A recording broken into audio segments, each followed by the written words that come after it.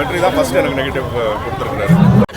தத்துவம் பேசுறாரு, உட்கார்ந்தெல்லாம் கேட்கலாம் முடியாது. அந்த இல்லை, அது கேரக்டர் எழுதின விதம் அப்படி அவ்வளோ ஷேட்ஸ் இருக்கு, அவ்வளோ கொடூரமான ஒரு கேரக்டர் இல்லையா.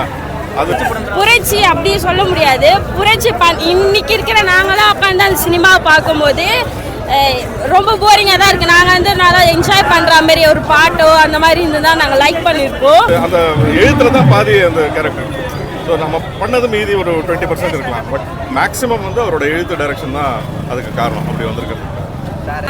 அவரோட பெரிய ஃபேன் நான், வெற்றிமாறன் சாரோடது.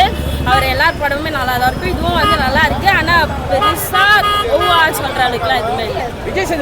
ஃபுல்லாகவே தத்துவம் ஃபுல் படமே அப்படி போகும்போது போரிங்காக தான் போகுது. ஃபர்ஸ்ட் ஆஃப் ஆனால் நிஜமாவே நல்லா இருக்கு. அதுக்கப்புறம் அந்த இதெல்லாம் கொஞ்சம் மக்கள் தான். லென்த்தில் எப்படா எங்களுக்கு விடுதலை தருவீங்கன்ற அளவுக்கு போச்சு.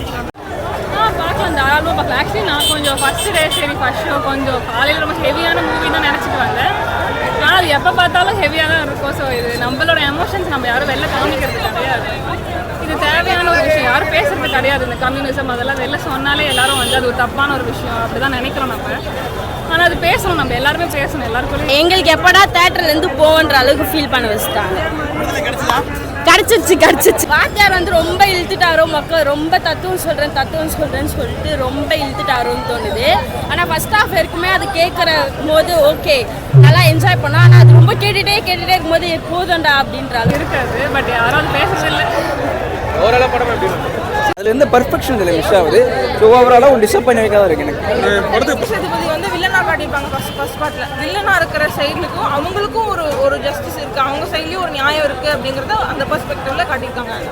ஓகே, இதில் வந்து யாரோட போர்ஷன் வந்து மஞ்சு வாரியர் இருக்கிற போர்ஷன்ஸ் வந்து நல்லா இருக்கு. அவங்களோட 10 எவ்வளோ மார்க்? 10க்கு 6.8 கண்டிப்பாக இல்லை ப்ரோ. இது படத்துக்கு பார்ட் 2 தேவையில்லைன்னு நினைக்கிறேன். இப்போ பார்ட் 2ல் வந்துட்டு வாத்தியாருக்கு அவரோட லைஃப் ஹிஸ்ட்ரி, அவரோட ஃப்ளாஷ்பேக் தான் காமிக்கிறாங்க. அது அவ்வளோ கம்பெலிங்காகவும் இல்லை, வித்தியாசமாகவும் இல்லை, ரொம்ப கேஷுவலாக தான் இருக்குது. ஸோ இதுக்கு பார்ட் 1ல சூரியனை கலக்கிட்டாரு, பார்ட் 2ல இவர் கலக்கிட்டாரு, பெருமாள் வந்து கலக்கிட்டாரு. இவரும் மனசில் நிற்கிற அந்த கேரக்டராகவே நிற்கிறாரு. அவரை வச்சு தான் இது எல்லாமே லீடு வந்து. பார்ட் 2 தேவையா? வாத்தியாரோட ஃப்ளாஷ்பேக் பார்ட் 2 தேவையாங்கிற மாதிரி இருக்குது. தேவையில்லை. பார்ட் 1ஓட நிப்பாட்டிடலாம்னு தோணுது. கூட கட் பண்ணியிருக்கலாம். லேக் இருக்க தான் செய்யுது. ஃபர்ஸ்ட் ஹாஃபில் ஒரு யூஷுவல் தமிழ் சினிமா டைவர்ஷன் இருக்குது, லவ் பாட்டுன்னு சொல்லிட்டு. அப்புறம் எனக்கு அதான் நான் சொன்னேன், தினம் பாட்டில் வந்துட்டு விஷுவலாக பார்க்குறப்ப எனக்கு ரொம்ப கன்ஃபியூசிங்காக தான் இருந்துச்சு, என்ன நடக்குது அப்படின்னு சொல்லிட்டு. பட் பாட்டை கேட்குறது நல்லா இருக்கு, லிரிக்ஸ் நல்லா இருக்கு.